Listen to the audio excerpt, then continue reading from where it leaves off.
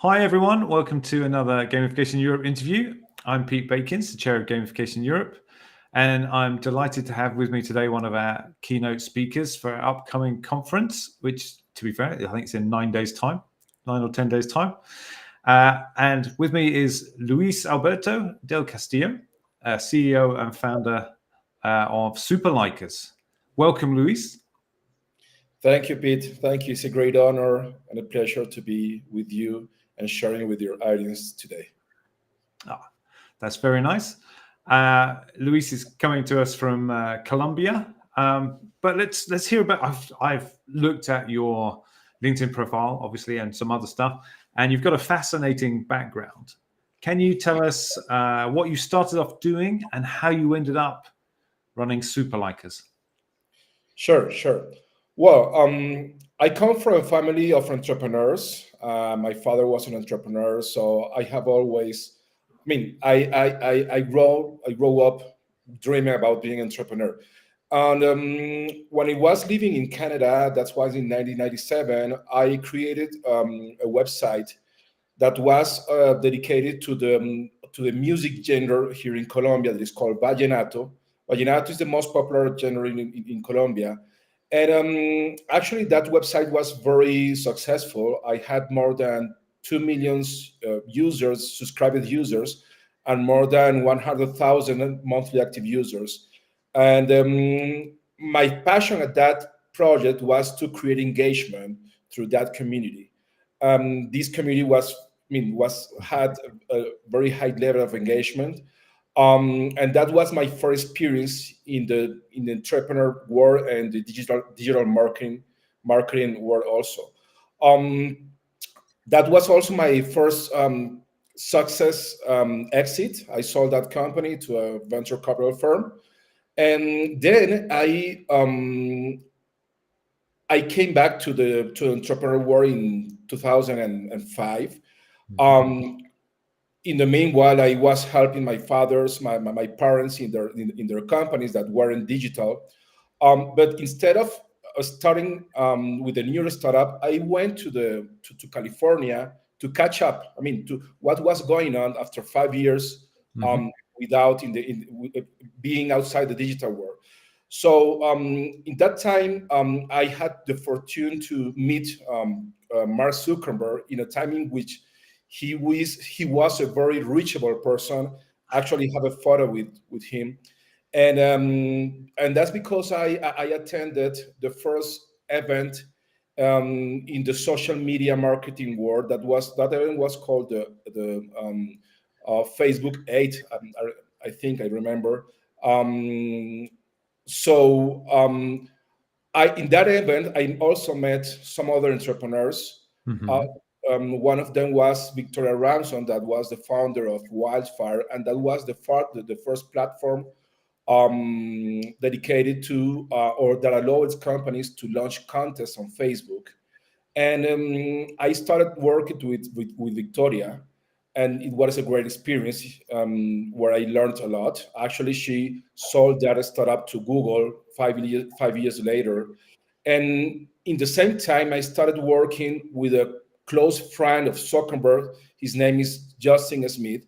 He founded Inside Facebook, that was the first blog dedicated to document the impact of Facebook in the marketing world. So I edited to the Spanish version that blog, and I translated the first book that was written dedicated to Facebook. That was called the Facebook Marketing Bible. So I had the opportunity to translate that book and to complement it with interviews with Latin American marketing leaders to see how they saw the social media marketing in that time. And with all that knowledge, I came back to Colombia and I founded a social media consultant firm. It was the first social media consultant firm in Colombia. And one of my clients, she proposed me to invest in my business, but she told me, Luis, I love all the knowledge that you have acquired and all the experience regarding the social media marketing and the digital space. I want to invest in you, but I don't want to invest in your consulting firm, but in your, I want you to build that platform that you once told me that you wanted to build. And that was the foundation of Superlikers. At that time, we started to build a platform that allows companies to configure and launch contests in Facebook in order to monetize the in that time was called, they were called fans instead of likers, you know. Yeah. So in order to monetize those fans, and then we continued to develop that platform. Facebook changed the name of it became from fans to likers, and we realized that we were doing is a platform that allows companies to empower those likers to make them more valuable, and um, we acquired the name Superlikers because that was what we were doing at that time. And then, well, I mean, we started acquiring clients that wanted to make contests and to configure contests. Then we realized that the same architecture worked also with the loyalty programs, and then we had many companies that didn't have any community on Facebook, but they wanted to take advantage of our technologies. So we get independence of Facebook. Now people log into the contest and loyalty program without being a fan in their page on Facebook, you know. So companies started to configure also loyalty programs with Superlikers, and but for us the engagement metric was very, very, very important, because I mean we come from the social media Yeah. marketing era, which engagement is the north star metric. So, and you know, Pete, that gamification is one of the best vehicles to achieve good engagement. So we started to add some gamification features to Superlikers in 2012, and from that time we haven't stopped adding new features of gamifications, because our dream is that, and our goal is that Superlikers is an excellent tool that allow any gamifier or any creative people to create their, not only their loyalty program, but can also be incentive programs targeted to internal clients, also like employees, you know, some business partners, etc., to create creative programs, creative user experience. And that's what we want to do with Superlikers, to be a tool for creativity, talking about gamification and talking about engaging people and making them more profitable and more valuable for the company's owners of the programs. So that's a short history of Superlikers. That's a brilliant insight into your journey to where you are with Superlikers. I guess I've got two areas I'd like to ask about. One is a bit more about what the impact of gamification had on your Facebook engagement and loyalty programs. And then I'll come back to what it looks like now within corporates. Okay, sure. Well, since the beginnings, contest in 2009, when Facebook decided to open its platform to developers, you know that the first successful applications were games. Actually, I think you can remember Cityville, City Farm, or no, or Farmville, Yeah. and other place. Who has the biggest brain? That was a very successful game, at least here in Latin America. And the other tools that were used in Facebook in order to create engagement were contests. So, and in contest, you find the same principles in which you have participants, you have incentives like prizes. Of course, those are external motivations, you know, triggers, etc. But you have points also. So you have all the foundation for gamification. So since the beginnings, and in social media marketing, gamification and games have been very, very important. So and it is still, I mean, until now, it is crucial. It is important. We have some clients that they still use our platform to increase the engagement level of their digital communities, of the social networks communities. Um, Also, they are implementing outside social media, of course. But I think that the importance, I mean, has always remained the same in when we are talking about Facebook and social media marketing. Okay. And just to reaffirm, like, so what inspired you to take that knowledge and then apply it within companies to improve internal engagement? Well, we realized that for example, in Facebook, companies had the opportunity to reward people not only for their consumption, but also because of becoming advocates, becoming active participants in their conversations, with comments, with likes, with shares, becoming ambassadors also. Um, and we thought that we're very um, maybe how do you call it, fair to reward those people not only for their consumption but all the value that they create for the brands. So, and those two, I mean, that was available, or that was possible because of the tools that were offered by Facebook. That they offered the comment, the share, to like, and to interact with the brands in creative ways. So we thought that these possibilities should be available outside Facebook also, and should be very important in the strategy of every brand to strengthen the the relationship with their customers and with their clients. So that's why, I mean, what we did is that we took what we learned in social media marketing, and through Superlikers, we're trying to convince our clients and our customers and to tell them, look, you have to reward your clients and your audience not only for their consumption. You have the opportunity to reward them for many other actions that create value for you also.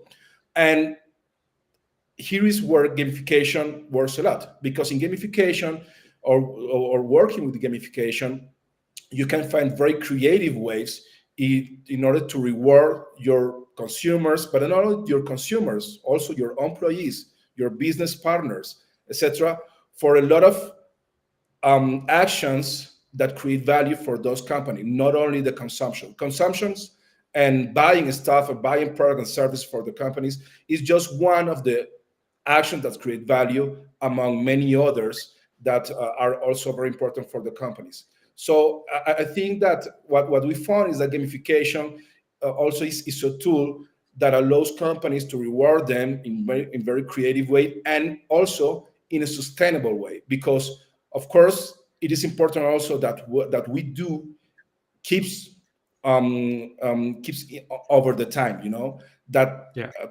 that lasts over the time.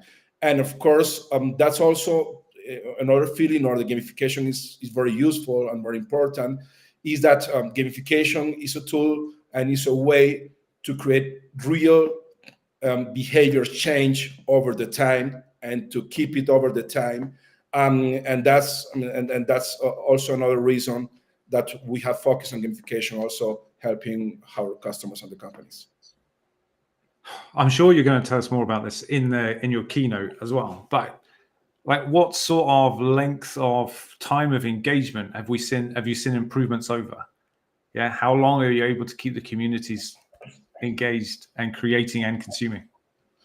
Well, right now we have the biggest, I mean, with Superlikers was created and is managed the biggest loyalty program in Colombia, that belongs to a chain of pharmacies here in Colombia. Um, that program started in 2015, and since then we have been over the year growing the engagement rates. Right now, that program has more than 800,000 active users per month. And we have been very consistent increasing the value of each of those customers through these loyalty programs. So that was actually our first customer regarding loyalty programs, because before that, most of the use of our platform was for contests. But after that, we, for example, in 2018, we created another program targeted not to consumers, but to shopkeepers in Mexico, or to the managers of stores, of convenience stores in Mexico. That program is called Modelo para Ganar, that belongs to the chain of stores called Modeloramas. And that program has also more, no, yeah, 5 years. And right now we have engaged 95% of all the registered users, So, and we have programs with more than 3, 4, 5 years, and in which we have succeed to keep in good levels the engagement levels. I think those are proofs that what we have built and our methodologies are not short-term strategy. I mean, we design our architecture, gamification architectures, in order that they can evolve, that we can maintain them over the time, in order to respond to the changes that, of course, occurs over the times in terms of, for example, goals of our clients, in terms of, for example, priorities of the users, also of our clients, changes in technology available. For example, the beginnings here in Latin America, the penetration of a smartphone wasn't so high. So we had to be very creative. For example, using WhatsApp, for example, or and using maybe less digital or complex tools. And now we're using more complex tools because we are more. We have more penetration of applications, and people have more powerful devices. So I think that's one of our elements that make our problem last in over time, is that our architectures are made so they can evolve, and we can maintain them over the time. That's brilliant. I like that. We've got so much to learn from you in a short talk, I think, when you come to London. So what can we expect to learn? What can our audience expect to learn from your talk? Like just an insight without giving too much away. Okay, sure. Well, Pete, I think that we have done here in Latin America is interesting, at least for us. I think that working with some of the biggest corporations, some of the biggest corporations is quite interesting. For example, our experience with AB, the biggest brewery in the world. With them now, we have more than 15 programs on air in production right now, with more than 100,000 employees that interact with our applications every day. And of course, to achieve this, it hasn't been easy, because they are extremely demanding. Of course, the corporate world is very, very, very demanding. And to achieve this, we have had to create great teams, and huge teams, because they expect the best user experience, they expect the best customer service, they expect the best data available, and they expect that the programs evolve over the time and be very, very interactive and dynamic. So to achieve this, for example, we have had to create groups, groups and teams that are excellent in their fields. And we have found, for example, that here, for example, have people in analytics is very important. So we have created a good people, a good team about analytics. We have found that in order to keep the programs in good shape over the times, it's not only something about technology. We have to maintain the programs and to add continuously some more features and more dynamics. So for that, we have created a role that I don't know how I don't know if in Europe is known, but here we have created what we have called the engagement managers, that are the people that are responsible for maintaining the programs and for keeping in good shape all the KPIs that we have to keep Yeah. over the time. And also, for example, of course, or gamificators. I think gamifiers plays an excellent or a very important role designing the architectures. But we have found also that another role that also adds a lot of value are people specializing in growth marketing. So that comes from the digital marketing space, but that is specialized in growth. When they participate in our design sprint, because that's how one of our actions that we do. We run a design sprint with our customer to co-create the programs, and when we incorporate the growth markers, I mean, they create a lot of value in the architectures.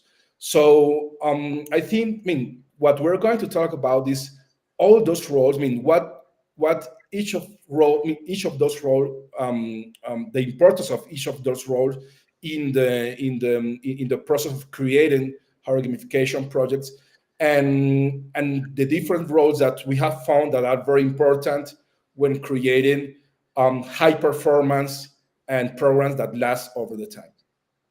That sounds like incredibly useful information for anyone wanting to run a gamified project or campaign of any sort. But knowing that you've done it at such scale is fantastic. I think that's everyone who's bought a ticket is going to learn something from your talk. So, final question. What would you say to someone who's thinking of attending Gamification Europe? They've got 9 days left to get a ticket. What would you say to them? Well, I think that gamification is an undervaluated term, because I think that gamification is so powerful that will be more important over the time. Gamification unites different disciplines like user behavior, behavior economics, and many other disciplines. For example, user experience. Also unites business concepts, etc. So I think that gamification should be used and should be taken into account by every company. And in a world in which attention is more difficult to acquire, in which we divide our time in tens of hundreds of applications and etc., gamification is so important. So I think this event will allow people and executives of companies to understand the importance, and to understand that it's not so difficult to implement in companies, to know to know maybe the different players like platforms, agencies, consultants, and that can help companies to get into this discipline. So I think that this event can open the mind of the attendees, and to understand that not only AI is important right now, but also it's very important to know the foundations and the tools available to increase the engagement levels of our different communities. That's fantastic. That concluded all my questions, and that was a great wrap up of why to attend. But we got a question from the audience, so who's watching now. So, like Sergio has asked, do you agree that the community effect is one of the most motivating factors for engagement? Let's quickly get your insight into that, and then we'll wrap up. Of course. I mean, for example, one of the mechanics that are more successful is the group mechanic. I mean, when people have to create group or to join a group or a team in order to participate. For example, we have programs in which, for example, we have succeeded to gamify sales processes here in Latin America. So, for example, for example, in this program is a group of architecture in which we have a team of salespeople in a city that competes with other teams in other cities. I mean, those are fantastic. So, and also another important thing is that when people feel that belongs to a community, that empowers them, and that makes them feel more important in the overall ecosystem. Yeah. Brilliant. A super answer. Thank you very much. Thank you so much for spending some time with us for this interview, and really can't wait to see you in London and hear your talk. Thank you very much, Luis. Thank you. Thank you very much, Pete. Again, thank you very much for the invitation. For me, it's an honor to share a stage with so brilliant minds and be part of the most important gamification event in Europe. Thank you again.